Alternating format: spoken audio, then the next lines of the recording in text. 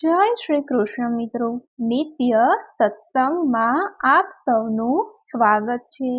આજે આપણે સાંભળીશું બહુચર માના પ્રાગટ્યની કથા તથા મહાત્મય।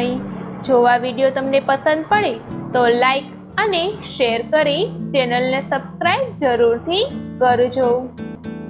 સામાન્ય રીતે આપણે ત્યાં માગશર માસનું અનેરું મહત્વ છે। ગીતાજીના 10મા અધ્યાયમાં શ્રી કૃષ્ણ ભગવાને કહ્યું છે કે મહિનાઓમાં માગશર મહિનો એ હું છું। માગશર મહિનામાં ઘણા પ્રસંગો અને ઉત્સવો આવે છે। એમાં માગશર મહિનાની સુદ બીજ એ બહુચર માતાજીના પ્રાગટ્ય નિમિત્તે પ્રસિદ્ધ છે। એટલે કે માગશર માસની સુદ બીજે માં બહુચર માનું પ્રાગટ્ય થયું હતું। આ બીજને દિવસે જગદંબા માતા બહુચરનું પ્રાગટ્ય ભક્ત કવિ વલ્લભ માટે થયું। આપણા ગુજરાતી સાહિત્યમાં મધ્યકાલીન ભક્તિ પરંપરા એ ખૂબ પ્રસિદ્ધ છે।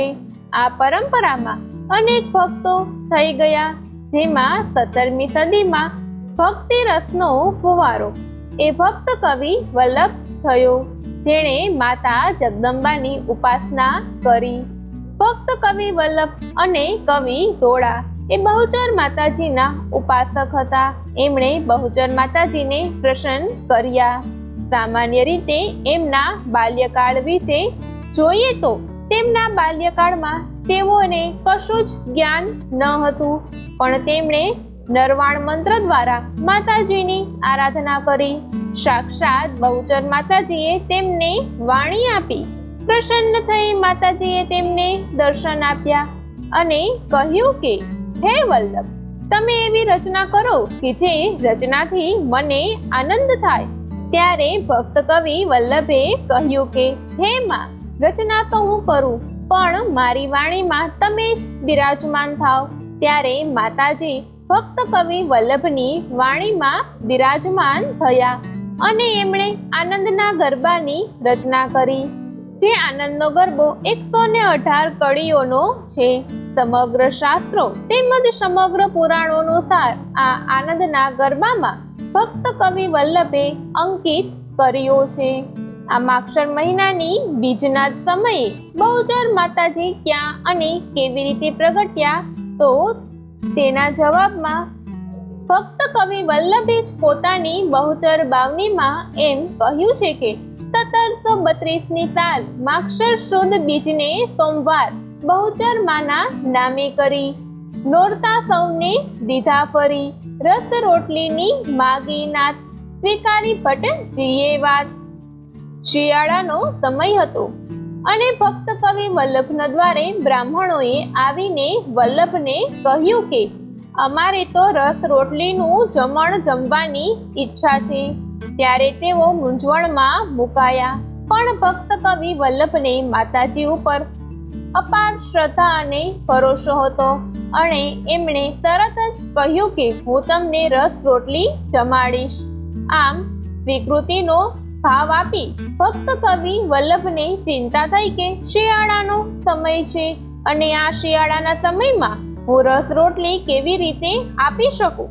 ત્યારે ભક્ત કવિ વલ્લભ જે સ્થળે રહેતા હતા તે સ્થળને છોડી નીકળી ગયા અને આવ્યા નવાપુરાને દ્વાર। આવીને વિનંતી કરી કે હે માં, હવે તમે જ કૃપા કરો।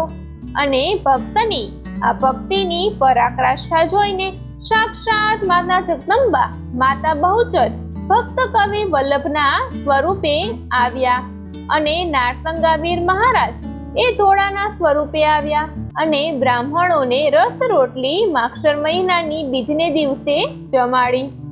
અત્યારની પરિસ્થિતિમાં આપણે જોઈએ તો હાલમાં રસ ખાવો હોય તો સરળતાથી ઉપલબ્ધ થઈ જાય છે, પણ તે 17ના સૈકામાં તે સમયે કોઈ સાધનિક વસ્તુ ઉપલબ્ધ ન હતી। તે સમયે સાક્ષાત માતા જગદંબા બહુચર પ્રગટ થયા, તો ભક્તિ એ કેવી હોવી જોઈએ?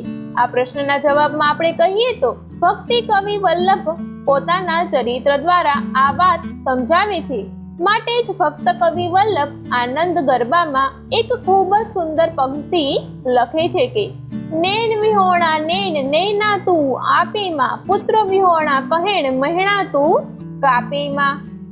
માતાજી અંધને દ્રષ્ટિ આપવા વાળા છે, પણ અહીંયા જે અંધની વાત કરી છે તે કેવી રીતે?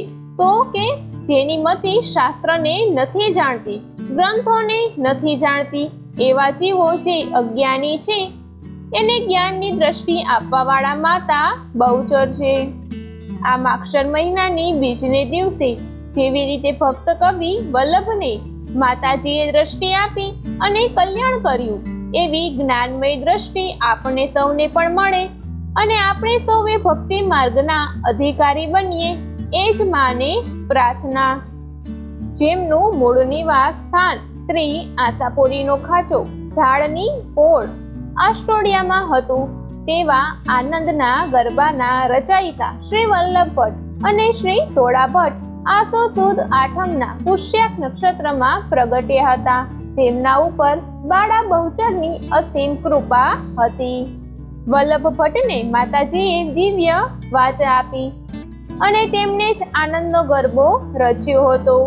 માક્ષર સુદ બીજને દિવસે સાક્ષાત માં જગદંબા એટલે કે બાળા બહુચરે વલ્લભ ભટ્ટને દર્શન આપ્યા હતા, એટલે માક્ષર સુદ બીજને માં બહુચરનો પ્રાગટ્ય દિવસ કહેવામાં આવે છે.